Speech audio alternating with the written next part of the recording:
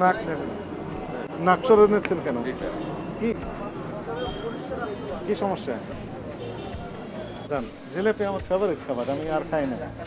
Hydrogen অত্যাচারে পরে বের করেন, চলে। আপনি মুসলমান, যদিও আপনি ইসলাম ধর্মের অনুসারী। ইসলাম ধর্মের অনুসারী সবাই মুসলমান না। আল্লাহ কোরআন শরীফে বলতে, হে ইমানদারগণ, তোমরা মুসলমান না হয়ে মরো না।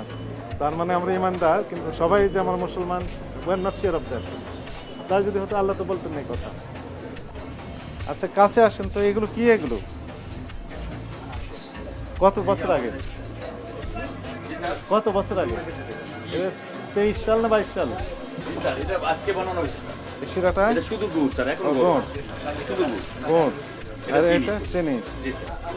নিচে এগুলো অপরিষ্কার করে রেখেছেন কেন? এটা এই রোদার জন্য পরিষ্কার করবো স্যার। না না, শুনেন, এই যে ময়লা আবর্জনা স্তূপ পড়ে আছে নিচে, অনেকে বলে যে নরম হয়ে যায়। অনেক দীর্ঘ সময় ধরে যদি আপনি এই খামিরটা রাখেন তাহলে জিলেপি তৈরি করা সম্ভব। ইনস্ট্যান্ট যিনি তৈরি করতে চান ওনাকে হাইড্রোজ দিতে হয়। এক্ষুনি আপনার ব্যাপক চাহিদা, সঙ্গে সঙ্গে আপনি তৈরি করতে পারবেন হাইড্রোজ দিলে।